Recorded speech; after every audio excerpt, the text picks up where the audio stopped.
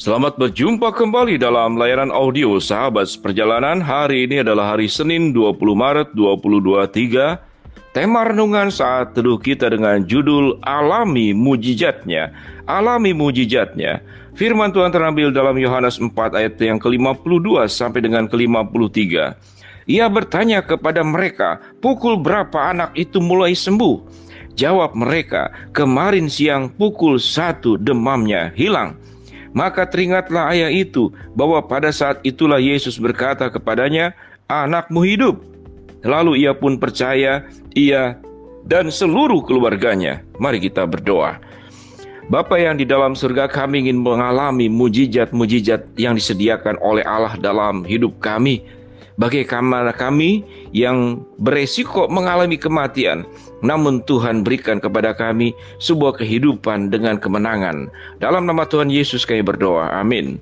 Shalom sahabat perjalanan yang dikasihi Tuhan, alami mujizatnya.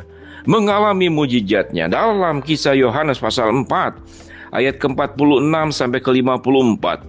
Di sini adalah peristiwa Yesus menyembuhkan anak pegawai istana. Maka Yesus kembali lagi ke Kana di Galilea, di mana ia membuat air menjadi anggur. Dan di Kapernaum ada seorang pegawai istana, anaknya sedang sakit. Ketika ia mendengar bahwa Yesus telah datang dari Yudea ke Galilea, pergilah ia kepadanya lalu meminta supaya ia datang menyembuhkan anaknya, sebab anaknya hampir mati. Maka kata Yesus kepadanya, jika kamu tidak melihat tanda dan mujizat, kamu tidak percaya. Pegawai istana itu berkata kepadanya, Tuhan, datanglah sebelum anakku mati. Kata Yesus kepadanya, pergilah, anakmu hidup. Orang itu percaya akan perkataan yang dikatakan Yesus kepadanya, lalu pergi. Ketika ia masih di tengah jalan, hamba-hambanya telah datang kepadanya dengan kabar bahwa anaknya hidup. Ia pun bertanya kepada mereka, pukul berapa anak itu mulai sembuh? Jawab mereka, kemarin siang pukul 1 demamnya hilang. Maka teringatlah ayah itu bahwa pada saat itulah Yesus berkata kepadanya, anakmu hidup. Lalu ia pun percaya dan seluruh keluarganya. Dan disitulah tanda kedua yang dibuat Yesus ketika ia pulang dari Yudea ke Galilea. Itulah bacaan Alkitab dari Yohanes pasal 4, 46 sampai dengan ayat yang ke-54. Sahabat seperjalanan yang dikasihi Tuhan, alami mujizatnya. Sesuatu yang tidak sanggup dilakukan oleh manusia, khususnya yang kita lihat dan kita baca, yaitu di Kapernaum ada seorang pegawai istana yang anaknya sedang sakit dan dikatakan hampir mati. Sewaktu mendengar ada Yesus, maka pegawai istana ini mencari Yesus dan memohon agar Yesus memberikan jamahan kesembuhan kepada anaknya. Dengan tanpa Yesus hadir mengunjungi anaknya, cukup dengan hanya berkata-kata. Dan anak itu mengalami kesembuhan di jam yang sama. Di jam tatkala Yesus mengucapkan kata-kata bahwa anakmu hidup. Dan anak itu kemudian bebas daripada demamnya dan sembuh seperti sedia kala. Sahabat seperjalanan yang dikasihi Tuhan, itulah mujizat-mujizat yang diberikan oleh Allah dalam kehidupan setiap kita masing-masing. Namun sewaktu kita berbicara tentang mujizat, apa itu mujizat? Mujizat tidak selalu yang namanya sakit menjadi sembuh. Tapi mujizat itu seluruh kehidupan kita dari terlahir sampai meninggal adalah mujizat. Proses kita ada dalam kandungan bisa terakhir adalah mujizat. Kelahiran itu sendiri adalah mujizat. Organ-organ tubuh yang ada pada diri kita, dari rambut, dari kepala, mata, tangan, organ-organ di dalam itu adalah mujizat. Sewaktu manusia bertumbuh, bisa melihat, bisa berbicara, bisa berjalan, bisa berlari, itu pun mujizat. Sewaktu kita kemudian bisa menerima makan dan makanan itu masuk ke dalam tubuh kita, diolah sedemikian rupa oleh organ tubuh untuk memproses pertumbuhan kita sewaktu masa pertumbuhan sampai remaja, itu pun mujizat. Dan mujizat tidak selalu yang sakit kemudian menjadi sembuh, tetapi sewaktu Tuhan memberikan kesehatan setiap saat kepada kita, itu pun mujizat yang jarang sekali disyukuri. Biasanya orang hanya akan mensyukuri kalau sakit kemudian sembuh, disyukuri. Tapi sewaktu kita sehat, kita tidak mengalami sakit, jarang sekali kita bersyukur.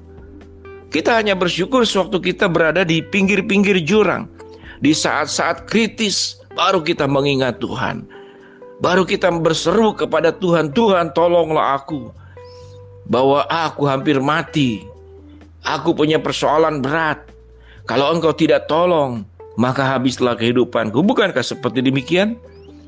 Sehingga dengan demikian sahabat seperjalanan, tidak hanya pegawai istana yang di Kapernaum yang mengalami mujizat, tapi setiap sahabat seperjalanan sepanjang hari, sepanjang kehidupan kita mengalami mujizatnya. Kalau mujizat Allah itu terjadi dalam setiap kehidupan kita sepanjang waktu, lalu apa yang kita harus lakukan?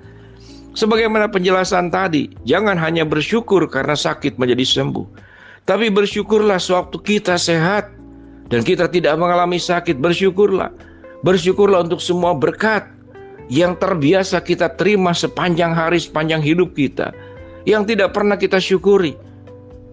Siapa yang bersyukur buat sinar matahari? Biasanya mereka yang ada di 4 musim, di daerah-daerah dingin, sulit sekali mendapatkan sinar matahari. Langit di atas itu selalu sedih, mendung, dan sulit mendapatkan matahari. Sehingga tidak heran mereka dari 4 musim berbondong-bondong pergi ke Bali, berbondong-bondong pergi ke Lombok, agar mereka bisa mendapatkan sinar matahari. Dan kemudian mereka bersyukur untuk sinar matahari yang Tuhan berikan. Namun kita yang sudah dilimpahi oleh sinar matahari, apakah kita bersyukur? Kita yang diberikan berkat-berkat, khususnya kita yang tinggal di Indonesia dengan kekayaan alam yang luar biasa, apakah kita bersyukur? Sementara bangsa Israel untuk menanam saja, dia harus mensterilkan air laut untuk bisa dipakai. Bangsa Israel harus menangkap embun-embun yang ada di udara untuk kemudian ditangkap menjadi air yang untuk dipergunakan, karena mereka hidup di tempat-tempat gersang, di tempat-tempat panas. Apakah kita bersyukur untuk tanah yang subur? Dengan demikian sahabat seperjalanan, kalau dikatakan bahwa apakah kita mengalami mujizat Allah, kita sedang mengalami mujizat Allah sebagaimana penjelasan tadi sepanjang hidup kita. Setelah kita mengalami mujizat Allah, apa yang kita perlu lakukan? Seperti penjelasan sebelumnya, jangan hanya karena waktu sakit sembuh kita bersyukur, tetapi sewaktu kita tidak sakit, kita diberikan kelancaran, diberikan kesehatan. Adakah syukur kita kepada Tuhan? Adakah pengorbanan kita kepada Tuhan? Adakah kita membawa korban-korban yang harum kepada Tuhan? Salah satunya adalah dengan mendukung pekerjaan Tuhan, mendukung gereja di mana engkau dibesarkan, memberikan persembahan, berbagian di dalam pelayanan yang dilakukan. Sewaktu engkau sehat, apakah engkau melakukan donor darah untuk membantu mereka setetes darah nyawa bagi orang yang membutuhkan? Oleh sebab itu, tindakan yang dilakukan selain mengalami mujizat Allah yang kita alami setiap saat, biarlah kita bersyukur pada saat-saat kita sehat. Dan yang paling utama, tidak hanya bersyukur, tapi belajarlah memberkati untuk semua berkat dan mujizat yang engkau terima sepanjang hidupmu, untuk bisa memberkati orang lain dan mendukung pekerjaan-pekerjaan Tuhan dimanapun ada, melalui gerejamu, melalui apa yang kau lakukan, dan Tuhan dimuliakan lewat hidupmu. Mari kita belajar untuk menerima makanan yang terbaik. Baiklah kita belajar juga untuk mengalami mujizat-mujizat Allah, melakukan kehendaknya dan mengalami mujizatnya. Mari kita berdoa. Bapa dalam surga, hamba-Mu berdoa buat sahabat seperjalanan yang sedang sakit, Tuhan jamah sembuhkan. Sahabat seperjalanan yang sedang menghadapi masalah, Tuhan bukakan jalan. Sahabat seperjalanan yang sedang memohon berharap sesuatu, Tuhan kabulkan dengan cara dan waktunya Tuhan. Dalam nama Tuhan Yesus kami berdoa. Amin. Mari kita bersyukur untuk mujizat yang kita alami setiap hari, dan biarlah kita menjadi berkat dalam kehidupan setiap kita masing-masing buat orang banyak. Shalom.